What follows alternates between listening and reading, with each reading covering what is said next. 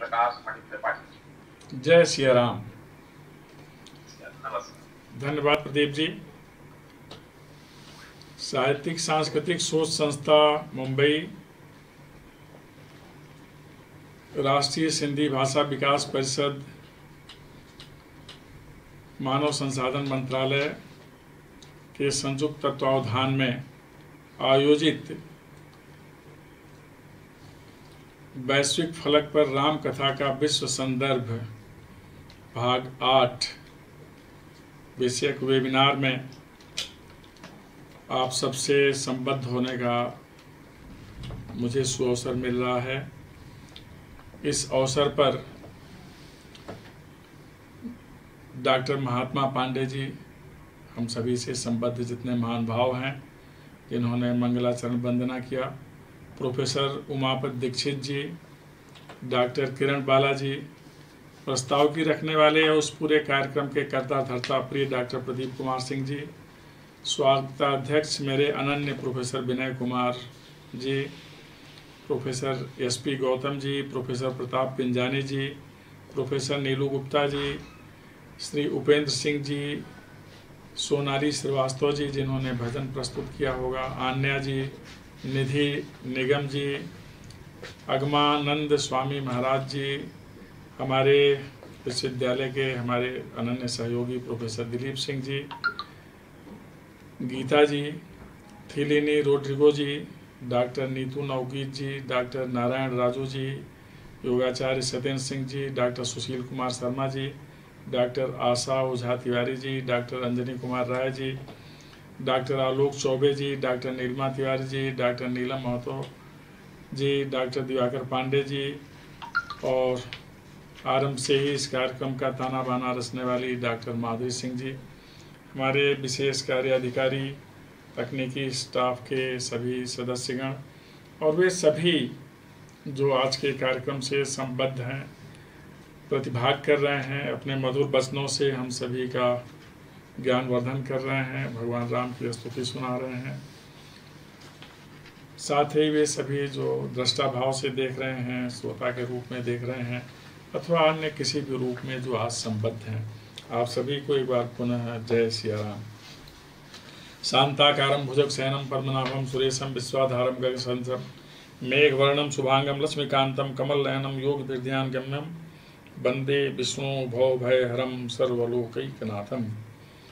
हम सभी रामायण विश्वकोश की रचना प्रक्रिया से संबद्ध हैं। इस देश में और दुनिया के विभिन्न अंचलों में जहाँ कहीं भी राम कथा को साहित्य के रूप में संकलित किया गया है, तो उन स्थलों पर इसका स्वरूप क्या है, राम कथा रामावतरण से लेकर और लंका अभियान के पश्चात अयोध्या आगमन और पुनः प्रभु का विविध प्रकार का स्वरूप और उनकी दृष्टि में हम सबका अस्तित्व, ये सारे विषय भांति भांति से विचारे गए हैं। दुनिया के जितने भी देश हैं लगभग सभी जगह राम के प्रसंग उनके साहित्य में आते हैं। इसीलिए राम कथा से रामायण कह लें, राम शास्त्र कह लें, जो भी नाम दें, मानस कह लें, जिस रूप में भी प्रभु राम का चरित्र वर्णित है, उस सभी रूपों में एक बात सामान्य है, वह यह कि तत्कालीन लोकगीत जो आज तक चला रहा है, लोक संगीत जो आज तक चला रहा है, लोक संस्कृति जिसका विस्तार हो गया है, लोक मानस जिससे हम प्रभावित हैं और लोक मान्यता जिसे हम आधार मानकर चलते हैं, इन सभी का समावेश रामायण में मिलता है। भित्ति चित्र के रूप में, नाट्य मंचन के रूप में और भी कई विधाओं में हम प्रभु राम के जीवन के विविध प्रसंगों को देखते हैं, सुनते हैं, गाते हैं और ध्यान में रखते हैं।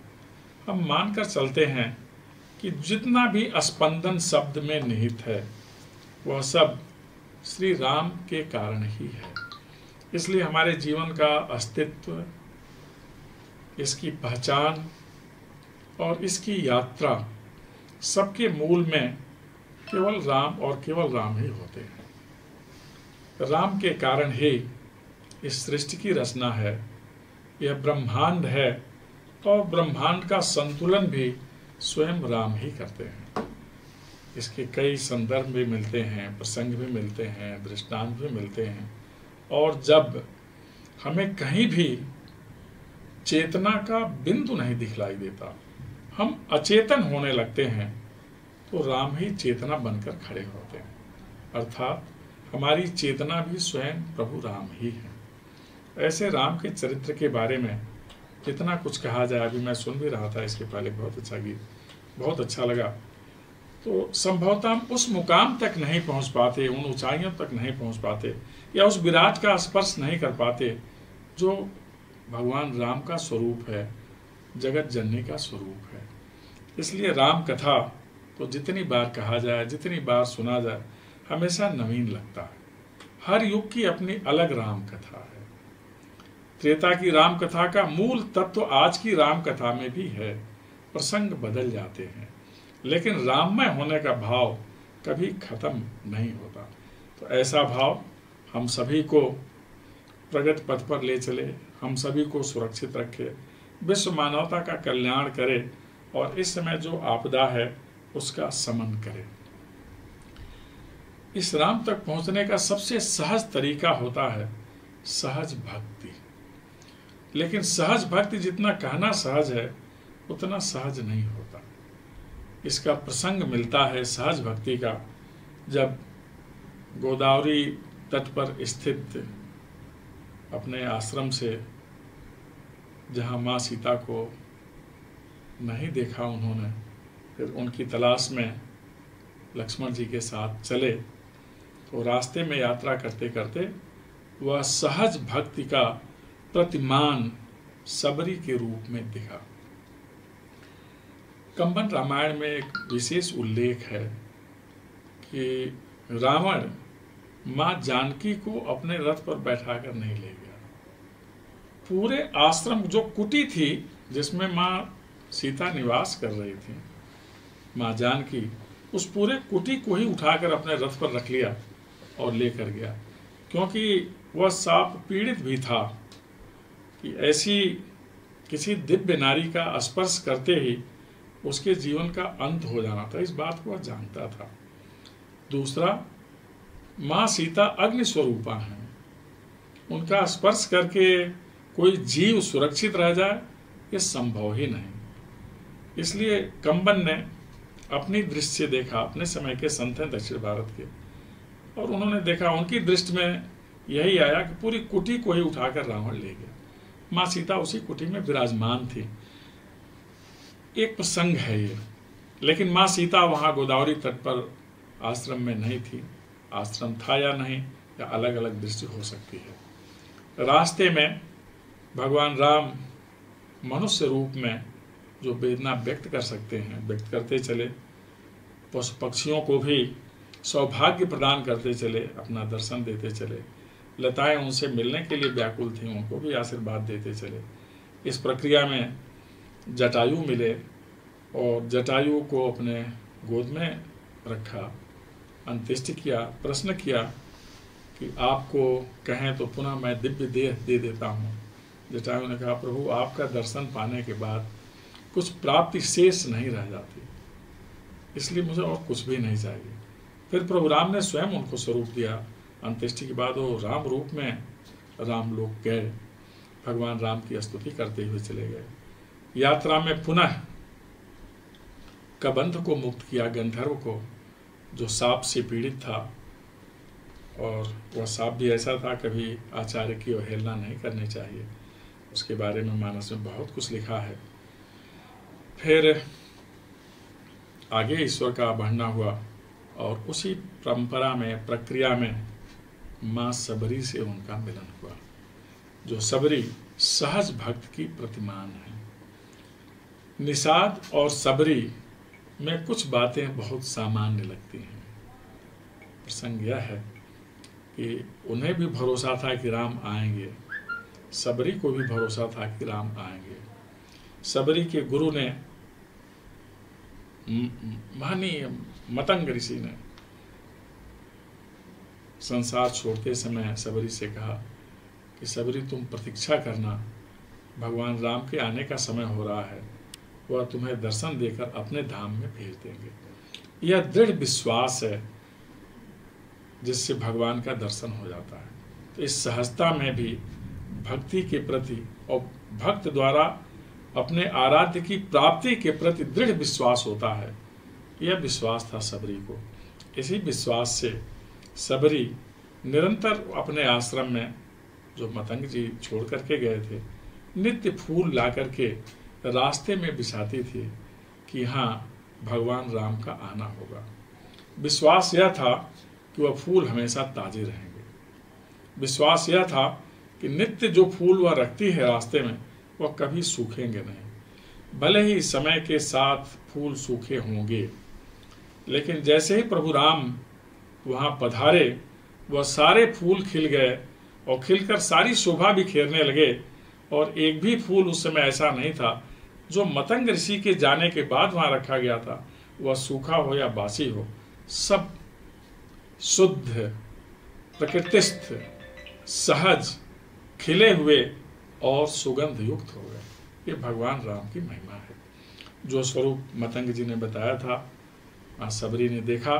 दंडकारण्य से संबंधित यह अंचल भी माना जाता है जहाँ मुझे ईश्वर ने सेवा का अवसर दिया है। फिर जैसे ही देखा, सबरी ने राम और लक्ष्मण को अपने गुरु की बात का ध्यान किया और दिव्य स्वरूप भगवान राम का, जिसे कहा जाए कि सौंदर्य किसे कहते हैं, तो शायद यह सौंदर्य शब्द भी प्रभु राम की शोभा को व्याख्यायित न कर सके। सौंदर्य के जितने प्रतिमान हो सकते हैं, आकर्षण के जितने प्रतिमान हो सकते हैं, वो भगवान राम के रोम रोम से निःसृत हो रहा। इतना आकर्षक, जैसा उसके गुरु ने बताया था कि वैसी छवि देखना, बनना संभव ही नहीं है। सबरी ने मान लिया कि प्रभु राम मेरे पास आ गए। फिर अपने तरीके से उसने स्वागत किया। अपनी कुटी के आसन पर प्रभु को बैठाया और फिर यहाँ अब सबरी और निषाद की गति एक हो गई। बैठाने के बाद पहला काम किया उसने, पग प्रक्षालन किया। यह अधिकार सिर्फ दो ही को मिला पूरे रामायण में, निषाद को और सबरी को। सबरी ने भी पग प्रक्षालन के बाद उसके पात्र में संपूर्ण गंगा ही आ गई। उसका आचमन किया और उसको अपने सिर पर डाला। निषाद ने उस मूल गंगा में स्नान नहीं किया, उसका पान किया अमृत के रूप में। यहाँ सबरी और भी आगे निकल गई, पान भी किया, स्नान भी किया। एक और प्रसंग है, केवट ने प्रभु राम का पैर दबाया, सबरी ने भी पैर धुलते हुए दबाया। दबाया ही नहीं, वह दोनों भाइयों के पैर में लिपट गई। केवट प्रेम लपेटे अटपटे शब्द बोलता है भगवान राम के लिए, और यह तो पूरा लिपट ही गई सबरी प्रभु राम के पैरों में, फिर लक्ष्मण के पैरों में। यह जो लिपटने का सुख है, भगवान राम की सभी आवृत्तियों को अपने मानस में उतार लेने का जो सुख है, यह सुख केवल और केवल सबरी को मिला। इसीलिए सबरी को संतों की परंपरा में शीर्षस्थ संत कहा जाता है। फिर जो प्रेम से खिलाया जा सकता है प्रभु राम को, फल, कंद, फूल, फल, यह सारे ला करके उन्होंने प्रभु राम के सामने रखा। और प्रभु राम ने केवल खाया ही नहीं, उनके द्वारा प्रस्तुत कंद, उनके द्वारा प्रस्तुत मूल, उनके द्वारा प्रस्तुत फल, सबकी अतिशय सराहना की। प्रभु राम ने आहार की ऐसी सराहना पूरे रामायण में कहीं अन्यत्र नहीं की जितना सबरी द्वारा परोसे गए फल, कंद, मूल उनको प्रिय लगे। यह भक्ति का प्रतिमान होता है, सहज भक्ति का, जिसमें ईश्वर को सब कुछ अच्छा लगने लगता है। दूसरी धारा होती है, भक्त को ईश्वर पाकर सब कुछ ईश्वर का अच्छा लगता है, यहाँ ईश्वर को ही सबरी का सब कुछ अच्छा लगने लगा। सबरी की कांति, सबरी की शक्ति, सबरी का स्नेह, सबरी की आस्था और सर्वोपर सबरी की भक्ति। जब सबरी ने कहा, प्रभु राम मुझे तो बहुत ज्ञान नहीं है, यह किस ऊंचाई की बात है कि राम को देखते ही ज्ञान की सारी विधाएं अपने अंदर समाहित हो जाती हैं। उन विधाओं से संपृक्त होने वाली सबरी भगवान राम से कहते हैं, प्रभु राम मैं किस तरह से आपकी प्रार्थना करूं, मुझे तो कुछ आता ही नहीं, मैं कैसे आपकी भक्ति करूं, मुझे तो भक्ति का कोई विधान भी नहीं पता है, सिर्फ इतना ध्यान है कि आप मेरे पास आए हैं, मैं आपको देख रही हूं, मैं कैसे क्या कहूं आपको। फिर प्रभु राम ने वहां 9 प्रकार की भक्ति का उल्लेख किया। मेरा आज का विषय भी 9वां भक्ति ही है और इसके सभी प्रसंग एक जगह अगर कहीं दिखते हैं तो सबरी ही है। इसीलिए भक्त की, सहज भक्त की पराकाष्ठा, जिसको अंत में उन्होंने कहा सरल होना, भक्त का सबसे बड़ा उदाहरण है। पहली भक्ति, प्रथम भगत संतन कर संगा, दूसर रति मम कथा प्रसंगा। कि पहली भक्ति है सज्जनों का साथ करना और दूसरा है मेरी कथा में अनुरक्त हो जाना। ये दोनों सबरी के पास है। उनके आश्रम में सज्जनों से ही संवाद होता था और सज्जनों से संवाद अर्थात सत्संग की प्राप्ति।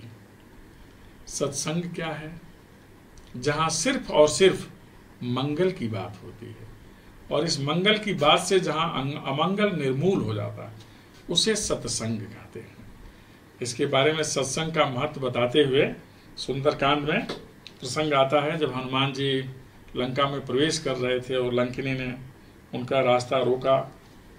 हनुमान जी ने उसको अपने हस्त प्रहार से ज्ञान दिया तो फिर लंकिनी ने कहा, तात स्वर्ग अपवर्ग सुख, धैर्य तुला इक संग, तौलिन ताहि सकल मिली, जो सुख लौ सत्संग।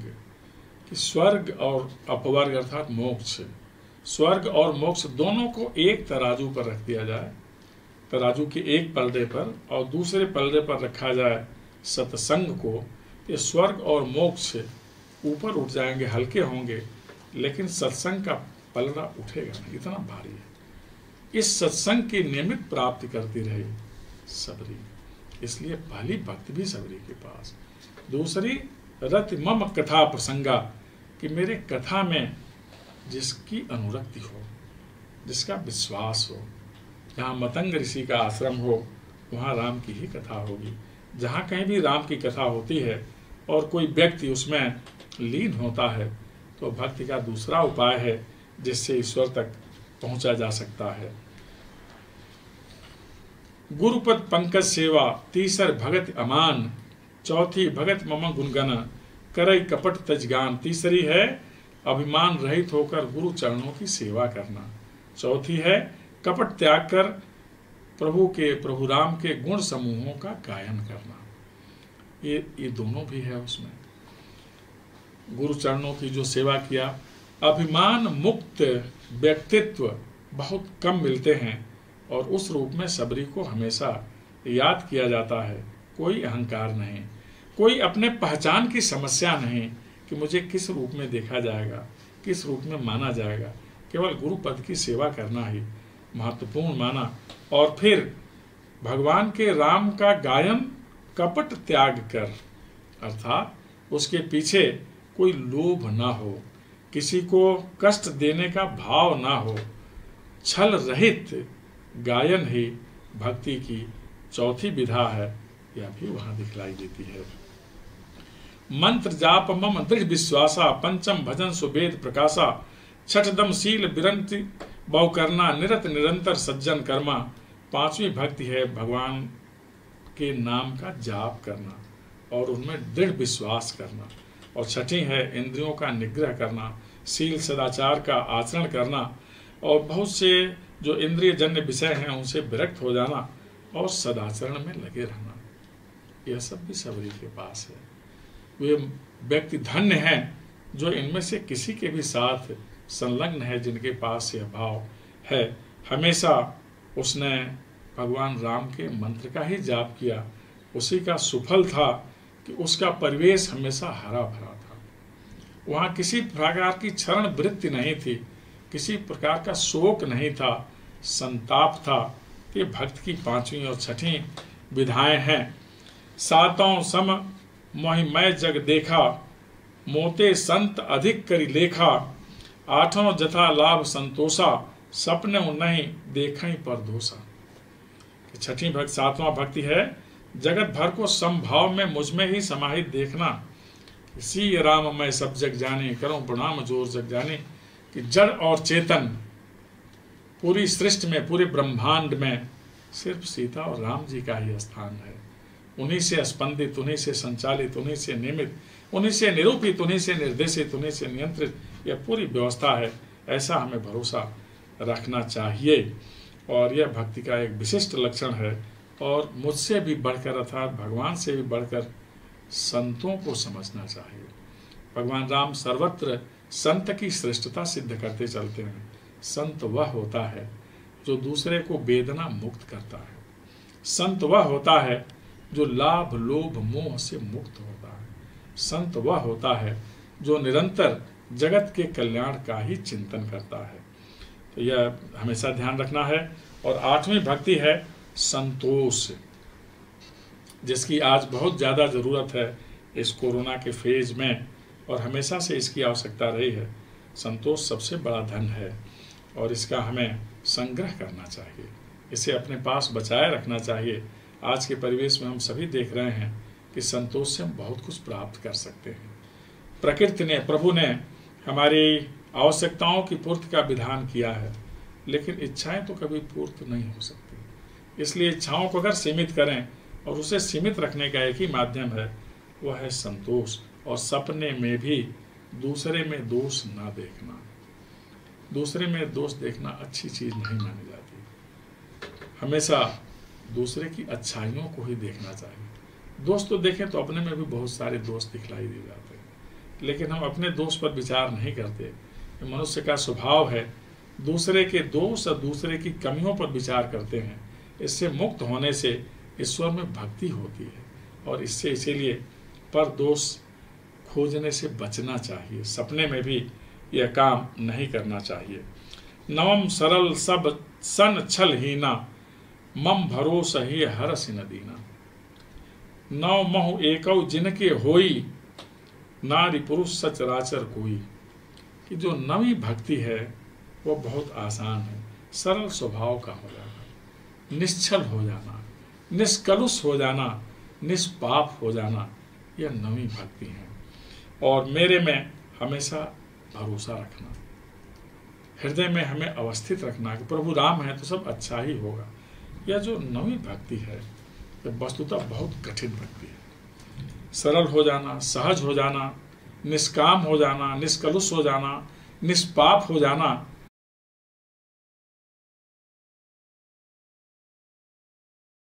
सरल होना सर्वाधिक जटिल काम होता है। इसलिए हम उस जटिलता को प्राप्त कर लें, सहज बना लें, सरल बने, अर्थात आडंबर मुक्त होना, अहंकार मुक्त होना, यह सरल होने का स्वभाव है। यह भक्ति भी अगर कहीं दिखती है तो सबरी में। प्रभु राम ने कहा कि आप तो सभी से संपूर्ण हैं, इसमें से तो कोई भी एक किसी को मिल जाए तो वह परम सिद्ध हो जाए।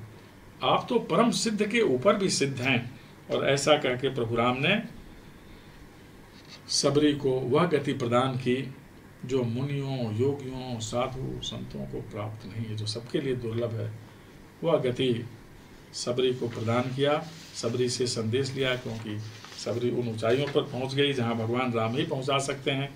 फिर सबरी से मार्गदर्शन लिया कि अब मुझे क्या करना है। सबरी ने कहा कि अब यहाँ से, प्रभु सबरी थोड़ी मुस्कुराई भी कि जो दुनिया को पथ दिखाते हैं, दुनिया को पथ पर चलने की सामर्थ्य देते हैं, दुनिया को दृष्टि देते हैं, दुनिया का लक्ष्य निर्धारित करते हैं, वो हमसे पूछ रहे हैं किधर जाना है।